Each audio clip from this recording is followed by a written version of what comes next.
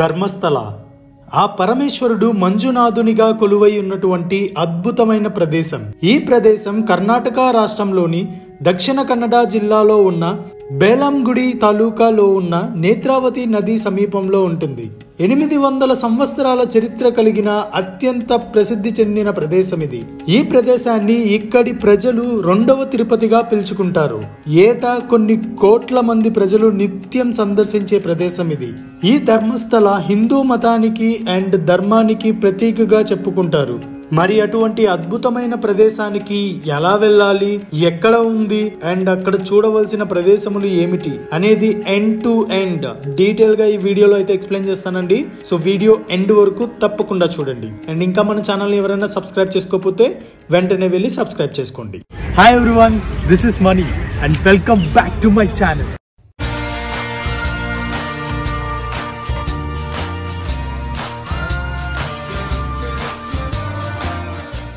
ఇప్పుడు ఈ ధర్మస్థల ఎక్కడ ఉంది, అక్కడికి ఎలా చేరుకోవాలో తెలుసుకుందాం. ఈ ధర్మస్థల కర్ణాటక రాష్ట్రంలోని దక్షిణ కన్నడ జిల్లాలో ఉన్న బేలాంగుడిలో ఉన్న నేత్రావతి నది సమీపంలో ఉంటుంది. ఇక్కడికి మనం 3 వేస్ ఆఫ్ ట్రాన్స్పోర్ట్స్ లో అయితే చేరుకోవచ్చు.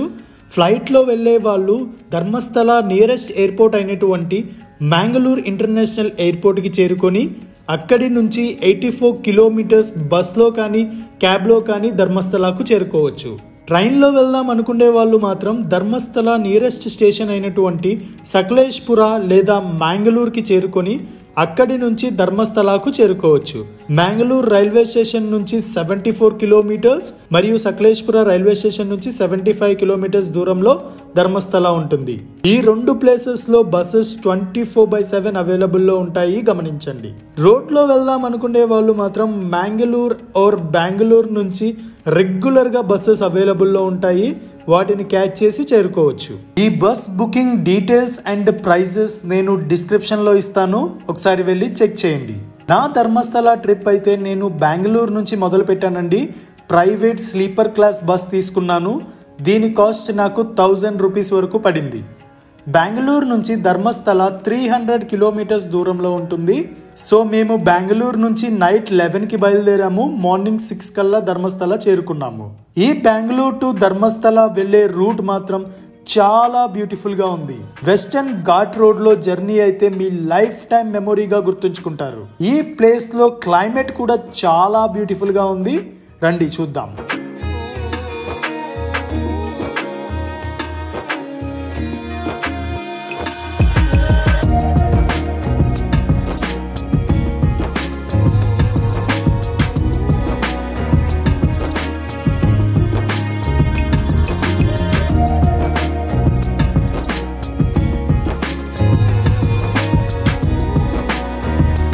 ఇదే ధర్మస్థల బస్ స్టాండ్. ఇక్కడ కనిపిస్తున్నదే ధర్మస్థల ఎంట్రీ ఆర్చ్.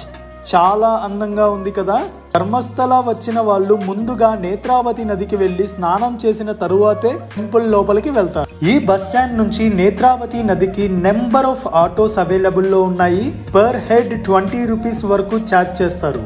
ఈ నేత్రావతి నదికి వెళ్లే రూట్ ని అయితే చాలా నీట్ గా మెయింటైన్ చేస్తున్నారు.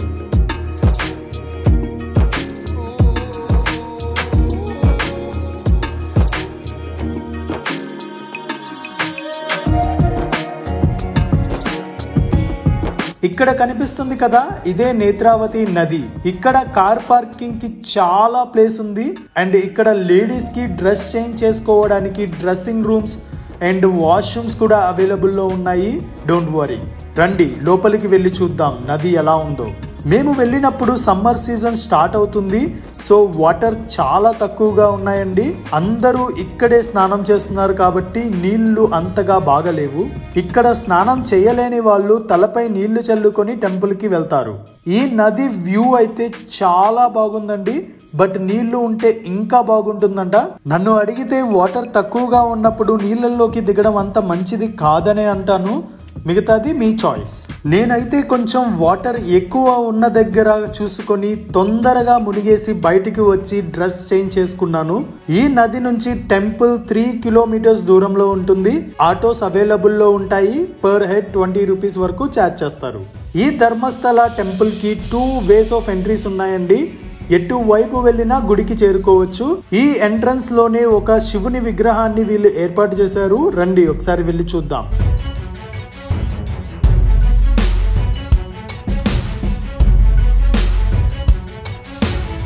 ఈ విగ్రహానికి కుడి భాగంలో హోటల్ రూమ్స్ అవైలబుల్లో ఉంటాయి.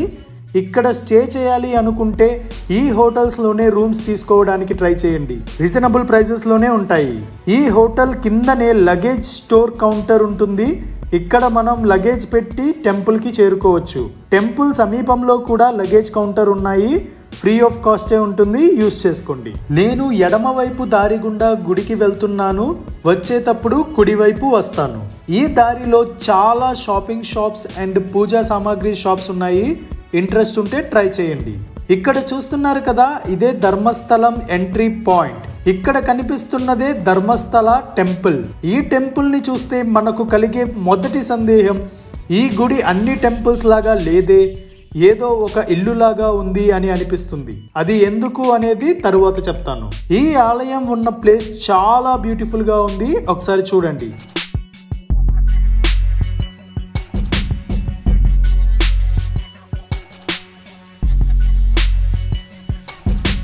ఇక్కడ పురాతనమైన రథాలు చాలానే ఉన్నాయి.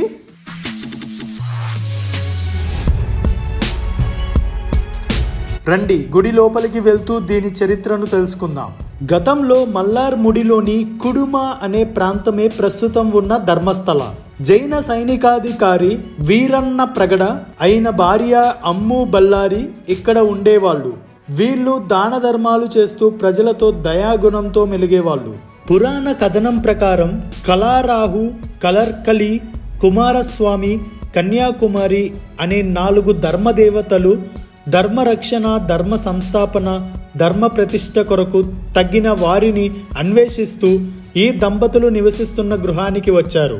ఆ దంపతులు వారిని ఆహ్వానించి అతిథి మర్యాదలు చేసి గౌరవించగా వాటికి ప్రసన్నులైన ధర్మదేవతలు ఆ రోజు రాత్రి ఆ దంపతుల కలలో కనిపించి తమ గృహాన్ని ధర్మదేవతలకు సమర్పించాలని, వారి జీవితాలను ఆ దైవాల సేవకే అర్పించాలని ఆదేశిస్తారు.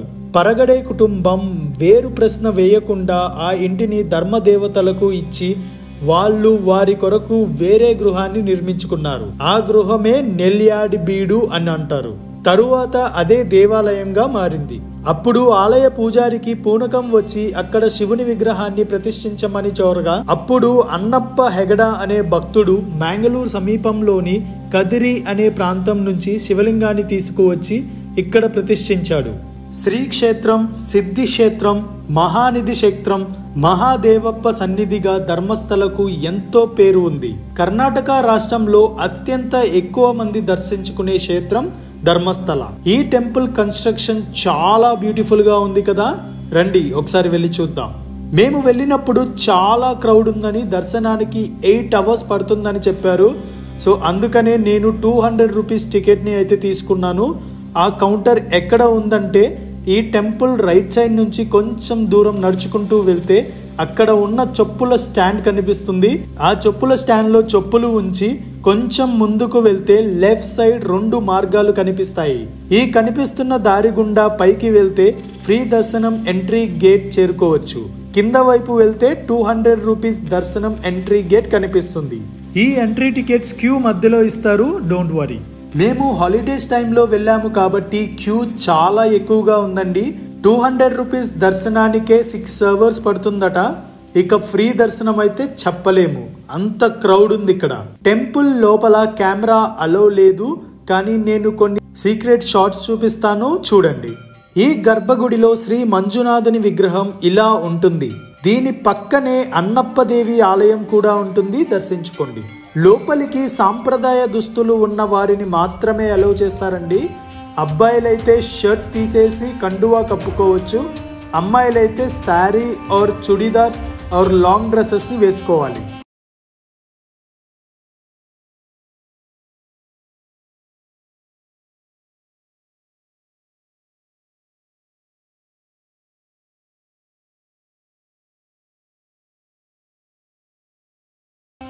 వన్స్ స్వామివారిని దర్శించుకొని బయటకు వచ్చాక లెఫ్ట్ సైడ్ ఉన్న మార్గం గుండా కొంచెం ముందుకు వెళ్తే మనకు అన్నపూర్ణ డైనింగ్ హాల్ కనిపిస్తుంది. అక్కడికి వెళ్ళి స్వామివారి ప్రసాదాన్ని స్వీకరించండి. టేస్ట్ అయితే చాలా టేస్టీగా ఉంది. వన్స్ లంచ్ కంప్లీట్ అవ్వంగానే టెంపుల్కి స్ట్రైట్గా ఉన్న రూట్లో మంజూషా మ్యూజియం అండ్ మంజూషా కార్ మ్యూజియం ఉంటుందండి. రండి వెళ్ళి చూద్దాం. ఇదే మంజూషా మ్యూజియం. మంజూషా మ్యూజియం ధర్మస్థలలో ఉన్న పురాతనమైన మ్యూజియం. లోపల పూర్వం యూజ్ చేసినటువంటి కత్తులు, తాళపత్ర గ్రంథాలు, పాతకాలపు కాయిన్స్ అండ్ ఇంకా ఎన్నో ఉన్నాయి. రండి వెళ్ళి చూద్దాం.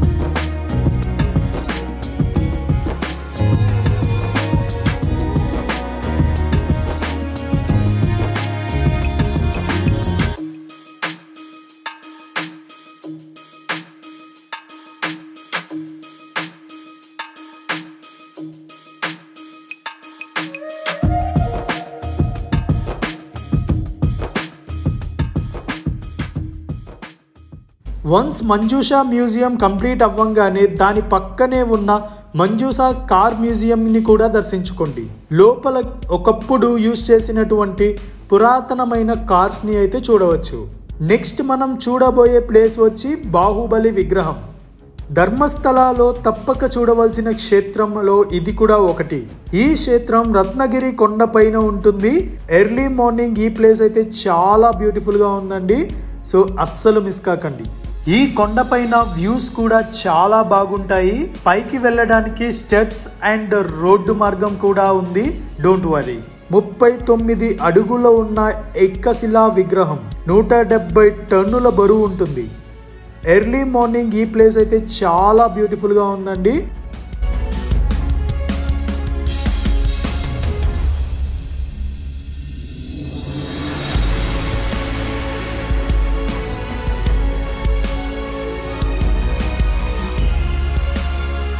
నెక్స్ట్ మీరు చూడవలసిన ప్లేస్ వచ్చి చంద్రనాథ స్వామి ఆలయం. ఈ ఆలయం ఒక జైన మందిరం. ప్రశాంతమైన వాతావరణంలో ధ్యానం చేసుకోవాలంటే ఇది సరైన చోటు. నెక్స్ట్ మనం చూడబోయేది ఉజ్జయిని రామ మందిరం. ఇది టెంపుల్ నుంచి 6 to 7 కిలోమీటర్స్ డిస్టెన్స్ లో ఉంటుంది. ఈ టెంపుల్ ఆర్కిటెక్చర్ అయితే చాలా బ్యూటిఫుల్ గా ఉందండి. దీనిని 203లో నిత్యానంద స్వామి వారు నిర్మించారు. అవును, అన్నట్లు చెప్పడం మర్చిపోయాను. ఈ మంజునాథ స్వామి టెంపుల్ పక్కనే ఒక బ్యూటిఫుల్ పార్క్ ఉంది. రండి ఒకసారి వెళ్ళి చూద్దాం.